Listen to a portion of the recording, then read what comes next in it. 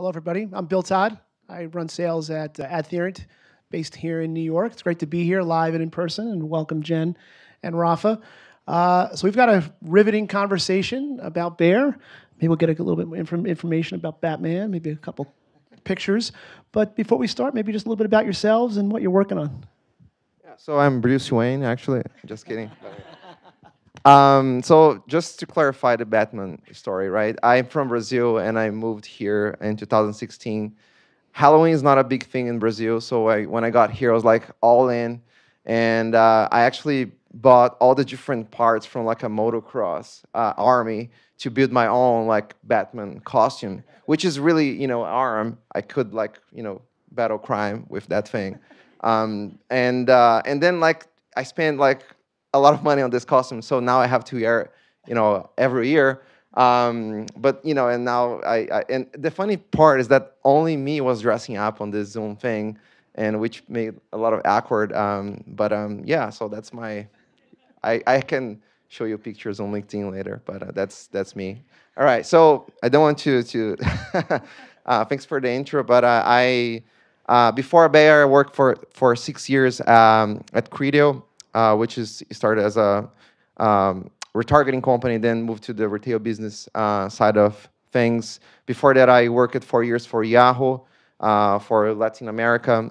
I actually have an engineer background, so I come from like being a technical guy and doing like development to like the media side. And now I'm at Bayer Consumer Health for almost 2 years, leading the retail media side of business.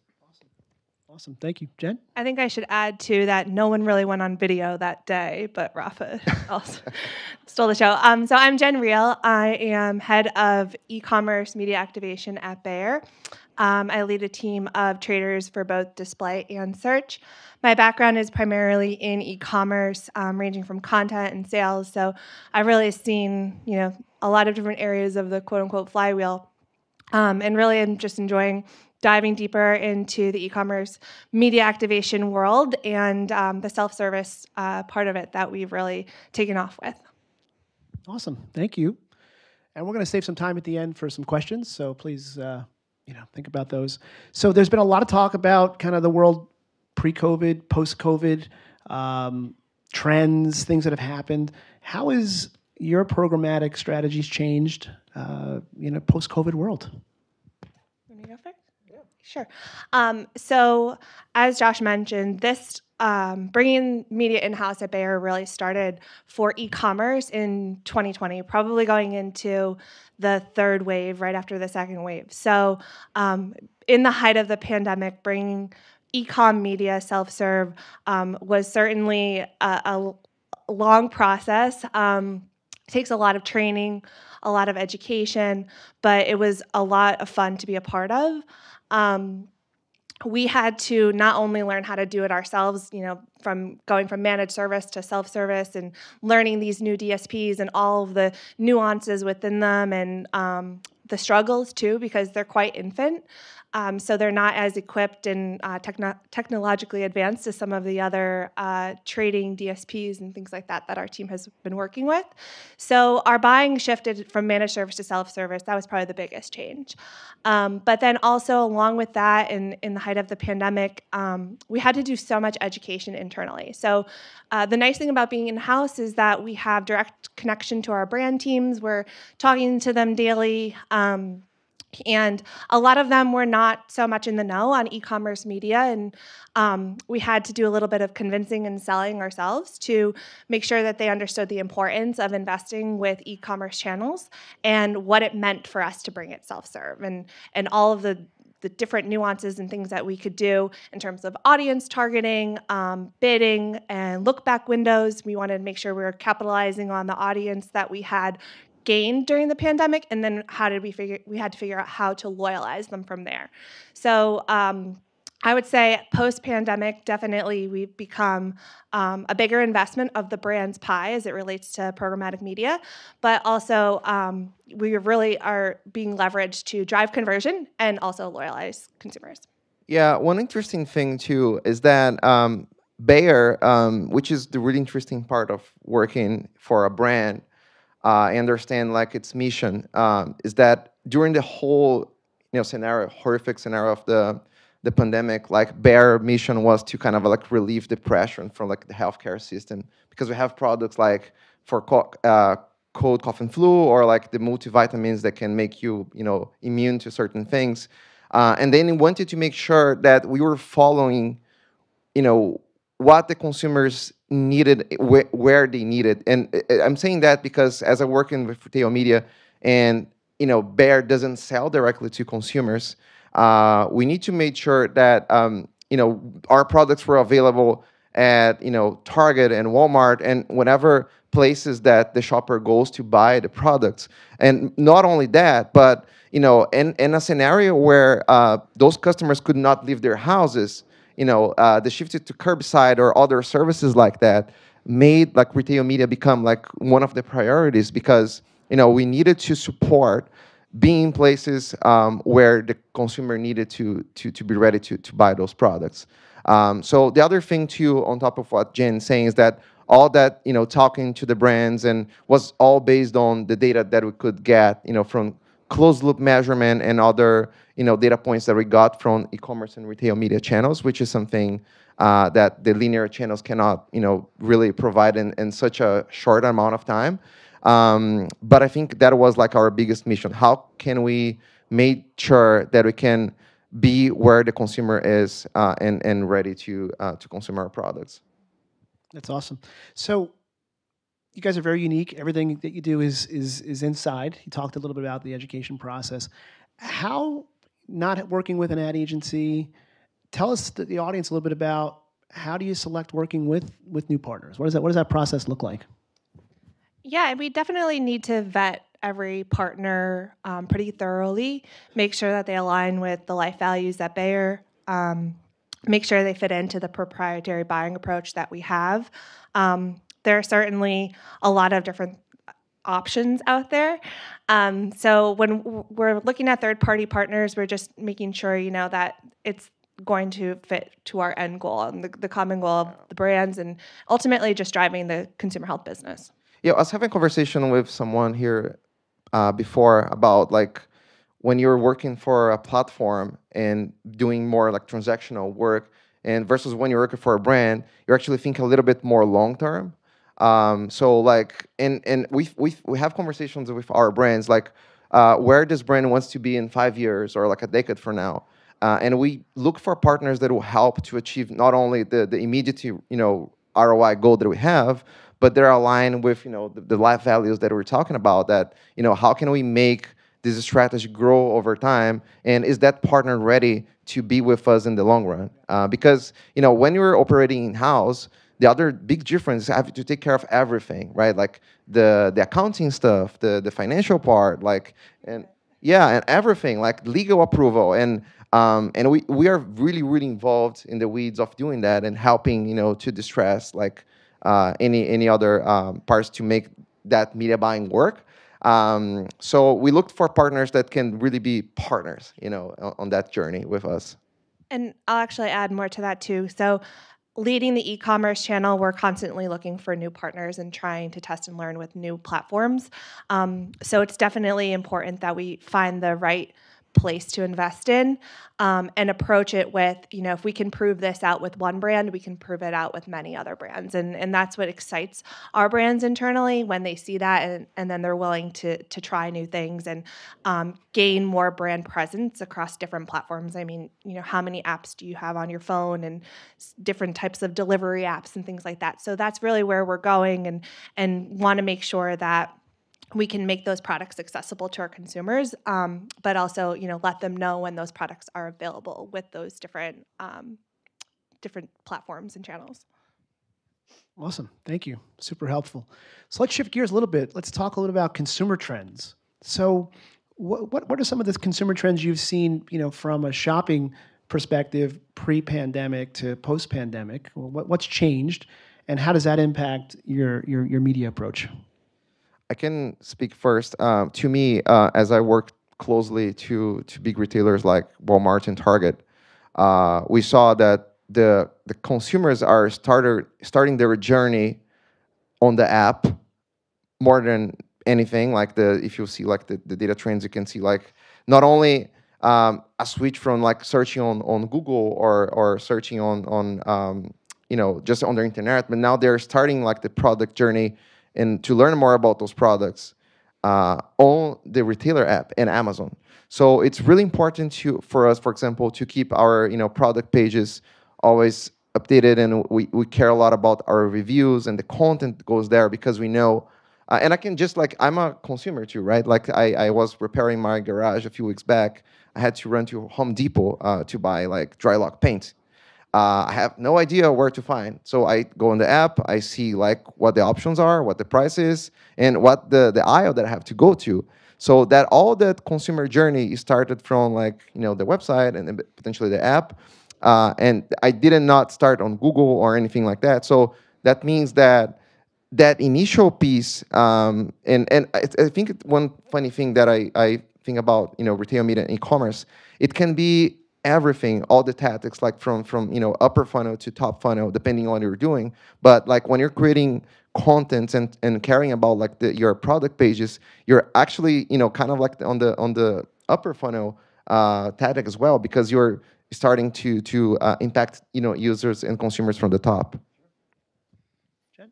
Sure. I mean, the consumer trend of shifting from brick and mortar to e-commerce definitely was escalated, I guess, during the pandemic. So just, identifying ways to capture that traffic, primarily coming in from search, having a strong search presence, funding to the best of our ability to be sure that we're owning the share of voice that we want to as it relates to those specific keywords or categories or whatnot. But then also ensuring that we have a thorough plan put in place to retarget them and bring them back. So ensuring that we're capitalizing on the trend of them now shopping on e-commerce definitely takes some more give before you can take in the upfront. Again, kind of tying that back to education, we had to make sure that the brands were aware of that. Investing upfront was going to pay off long term, and we're putting some things in place to get that long-term measurement and measure that loyalty so that we can see the bigger picture, because it could be something like a 2-week attribution window. We want to make sure we're capitalizing on that. The other important thing too is that, like, as a consumer health business, Bayer has like more than 12 brands that we work with, between like Claritin, One A Day, Aleve, Bayer Aspirin, and each brand, they have their own consumer, they have their own insights that I have to learn from. So we definitely do not take up on that, one size fits all. We have to really understand what each consumer, how they're approaching the product, how they like the product, what's the full circle looks like, what's the how frequent they buy the product, and all of those things. And this is things that we look really closely, and to Jen's point, like being close to the brand as an in-house media team, we can have those conversations and learn from them as well, and apply those learnings to our media buying. So in healthcare specifically, did you see the big seismic shift that other brands, maybe that are not in the healthcare space, did you see that in your business? Like people just stopped going to maybe the Walgreens and others, and as a result, e-commerce sales were through the roof? They certainly didn't stop, but we've become a bigger part of the pie for sure, especially vitamins, multivitamins, but like all of those specifics have definitely seen a big lift. Mm-hmm. Yeah, so for retail media, the interesting part is that we saw like the drive up, pick up, and all those, like, because medicine, you need it right away, right? Sometimes you cannot wait like 3 days to cure your stiff nose, but so that's why we saw like some of the some of this new services from retailers kind of rising. Got it. Awesome. So Jen, on the e-commerce side, tell us maybe just a couple of the strategies in terms of, you talked about testing and learning. What are some of the things that you guys do from an media activation perspective to test and learn? Sure. So we test and learn across a couple of different verticals. So we're constantly testing and learning with new audiences. So we definitely take the fail fast approach, looking, is it an adjacency? Is it a product view? Is it a competitive brand, et cetera? We look at lookalikes, affinities, et cetera. So we're constantly testing new audiences. We do allocate a percentage of our budget for testing so that we're constantly in motion there. We also can test with new creatives. So whether that's static, dynamic, et cetera. We also test in new verticals. So in e-commerce, it's very similar to programmatic. You can do OLV, you can do display, you can go upper funnel and do some sort of interactive video ad if you wanted to. So we're constantly trying across the brands, depending on the budgets, new things, and like I said, failing fast. Yeah, I think the whole point is like to have a separate budget that we can like offset like those tests, and we are in a pretty awesome place where like we it allows us to sometimes see what happens and eventually learn from mistakes too. So that's a really good thing.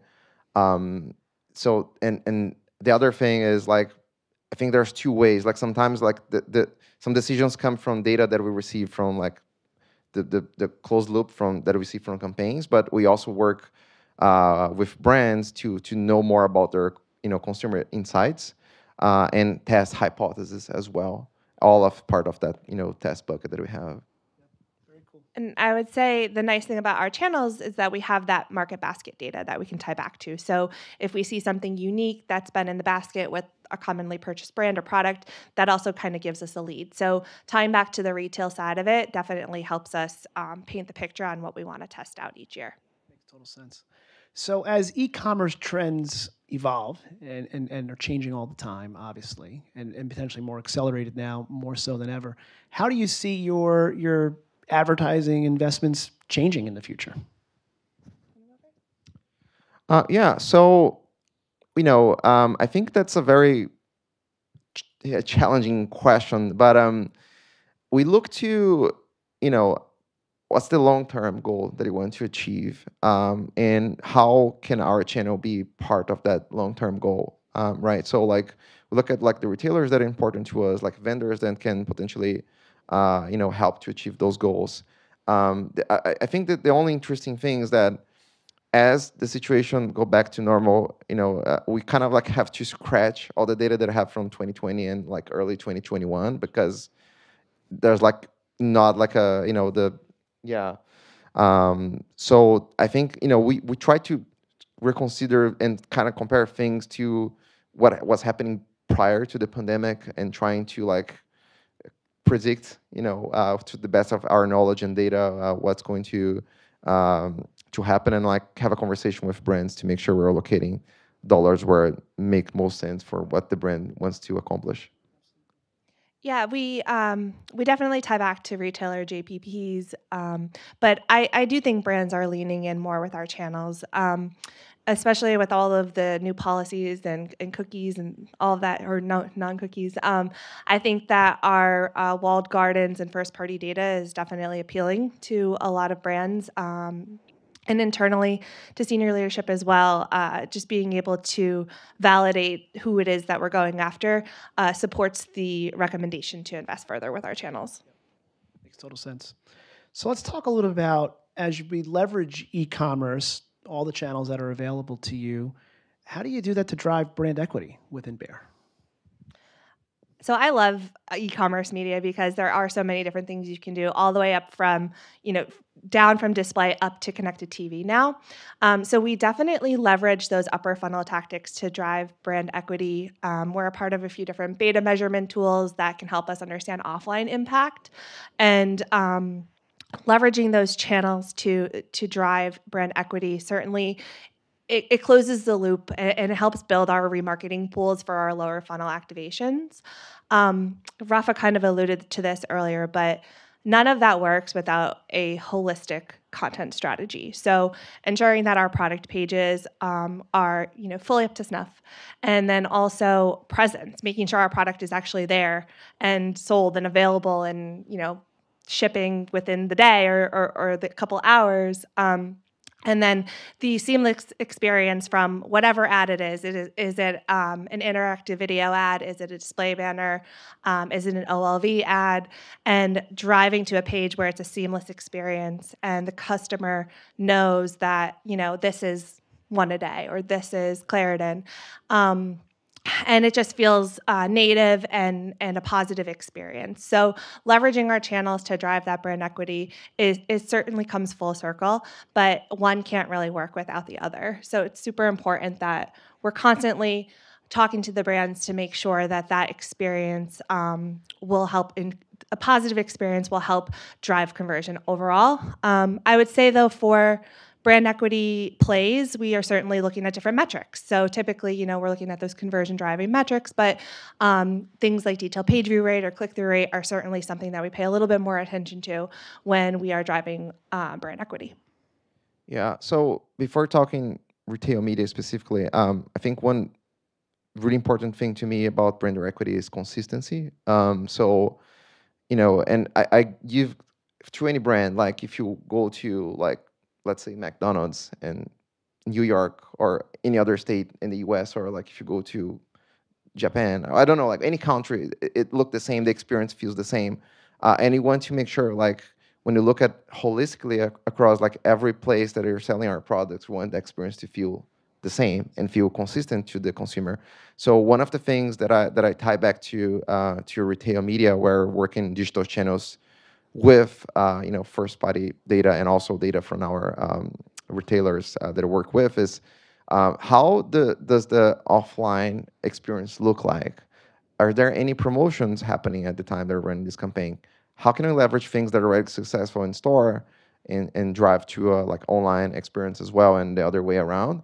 And that's a way that we think about retail media to create brand equity as well. Awesome. Thank you. Questions? Okay, sorry. Yeah, please. All right, we have questions for the audience, or for the, wow, there we go. You first. Yeah, I just am curious how you're thinking about funding retail media. Are you seeing a shift between like above the line spend and below the line spend, in co-op versus incremental vendor dollars? I'm just watching you two smile. We're sharing, yeah. That was very telepathic. Was that your question too? It was Yeah. just how fluidly are you, the same thing. What kind of challenges and how are you solving those challenges? 2 for 1. Yeah. So retail media is like a very complex area for any company, I guess, because of GBPs and other cross-functionally particularities about this channel. It's sometimes we have money that sits on CPF trading dollars versus like media dollars, and we try to see, and I think there's not a wrong or right answer on how you should do it in your company. Like for Bear, we try to see like what part of the spend makes sense to stay in the digital media side, and that can be like more close to tactics where it can get like proven profitable results like search and so on. And some other areas that are more strategic, they if you don't have like the right measurement, or like if something that you cannot tie back to a media expertise, it's preferred to remain and above the line dollar and media spend. So we don't have like 100% of one way or 100% in the other. It's just like trying to work cross-functionally to see where it makes sense to invest the right levels for retail media. And I think that's an important question too, because some of the platforms, they are still evolving. Retail media is very new. It's interesting to work with analytics or an agency who can help you to identify like how much you can actually spend worthwhile media, on those platforms, not only, writing checks, if that makes sense. Awesome. Does that respond to your question? I'm not impacted by that question. Ours is pretty cut and dry for ecom. Any other questions? Here we go. Right. Yeah, please. How much of an emphasis do you place on local and regional marketing versus national, and how are you reaching that audience at scale? And the second part of that is, how are you supplementing your walled gardens marketing efforts? It seems like walled gardens are big for you guys. How are you supplementing for scale against that? So we definitely have a blended approach. There's no predefined split of spend between national and e-com and retail. I think we're continuing to push the boundaries, though, as it relates to the way the brands invest with our channels. We're leveraging those test and learn budgets to push further, and we have internal goals, and as long as we continue to achieve those, we're able to continue to invest more. It does ultimately pull, though, from our traditional national spend. So as we become more comfortable with that and willing and could prove out the willingness and why they should be continuing to invest there, brands are pretty leaned in. Overall, as an in-house media agency, I think that everybody's pretty much on board with how can we most fluidly shift dollars from even if from e-com to retail or retail to national. Even mid-month, sometimes we're having those conversations if we're not pacing accordingly, or we see an area where we could push further, faster, or we see an area where we need to pull back. I think that's really one of the benefits that we have of all working so closely together in-house. Yeah, we have those discussions like pretty frequently to know what's best. I think the big question for us, like what's best to the business, and we try to take all the decisions based on that. For retail media specifically, that question relies a lot of distribution and like how the assortment looks like in different regions of the country. And for example, for allergy season, like it hits in different stages, throughout the country. So we try to understand that data set and apply, accordingly. So it's kind of flexible. You, Samba. You moved. You didn't think we noticed that? Yeah. Wait, you're tall. You're tall in a blue jacket. I got you. Guys, I used to work with Bayer many, many years ago. I won't say how many, 50 ago. Bayer was a very TV-focused organization, and I'm curious not just about TV, but in general, is first-party data-driven or addressable media channels, whether that be social platforms, that be retail media, the weight in the opportunities you have to message to somebody on a one-to-one basis, is that seen as a good thing at Bayer, and is that something that's increasing over time versus more traditional mass media spend? I'm curious. 100%. We still do invest with linear, definitely not our specialties, but if we can pinpoint an audience or a customer like more specifically, we definitely see the value in that. We still do need the mass reach and awareness as we launch new products and things like that, but we definitely really value the one-to-one customer experience. I know a thing about this answer, and I'm only going to mention it because I think it's helpful for everybody else, and it also predates you two. So in the beginning, the money that got shifted over from linear to digital, the digital budgets all got increased because of the work that the team did with MTA. So this wasn't one of those classic like, oh, digital came in and just gutted the TV budgets. It actually was right-sizing the digital budget, and then eventually those budgets came down and they went to channels like what they're managing, because then MTA just told us where the money was, and so that way, just taking a picture of me. Hold on. Okay, so and so that, because every picture of my mouth's open because I don't stop talking, so it's like it's annoying. And so anyway, but that I think was a big component of it, and I also want to say for you two, which you said but you didn't say, like between this presentation and the last presentation, what you saw was like these in-house models have such tremendous ability to like see something and make it happen. That's one major impact. I think the other thing we always knew when we built this thing was like we just know stuff that you're not going to know because you're our partner. It's not your fault. It's not that you guys don't share. It's not that agencies don't share. It's just there's some stuff you can't share. And so I think the thing I would say is I tie these two presentations together. And if there's another question, we'll get it. But Chad, I gotta get Chad on stage. Hi, Chad. Is also that there's if you're talking directly to, are there any agency people in the room? Oh, good. Let's talk about them. So, like, if you're talking just directly to the agency, you have to, but you're going to hit a dead end because Rafa and Jen and the team at Bayer will make more decisions even before the in-housing thing happened. We were making decisions on where the spend was happening, and so it's because they know the business so much better. So I don't know. I always encourage. I've done client, I've done agency, I've done sell side. Like I get platform and I get some sort of special badge if I find that's my next job. But I just think that the more you can talk to clients about the models that they're running and what these folks are doing, the better you're all going to be in terms of putting the right ideas in front of clients that they're actually going to buy. Yeah, on top of that, when I work with vendors, onboarding them especially, like the very first thing that I do is not talk about their capabilities, is not talking about numbers, it's just like to walk through our brands. Like what is this brand about? What is the mission? What the brand's trying to accomplish? What is the competitor? What's like the competitive advantage of this brand? And I want to make sure the vendors know that, because otherwise it's like meaningless. Like, we're going to talk numbers and they don't really know what the brand's trying to accomplish. So like, if you are a vendor, I would encourage you to like, stop for a moment and just ask the brands what they're trying to accomplish in a meaningful level. So like, the more information you can get without having any proprietary information, of course, the better you can represent them, because I think that's the vendors and partners should do, like represent the brand and be advocate for it. And one more thing to add back to your question regarding linear, I think it really depends. Like Rafa was saying, what is the brand's audience? Where is the brand's audience? If the brand's audience is more Gen Pop, 25 to 49, maybe then linear is the right move for you.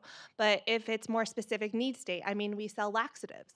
Not everybody needs that, right? So we can shift our budget accordingly and make sure that we're leaning into those channels where our audiences are.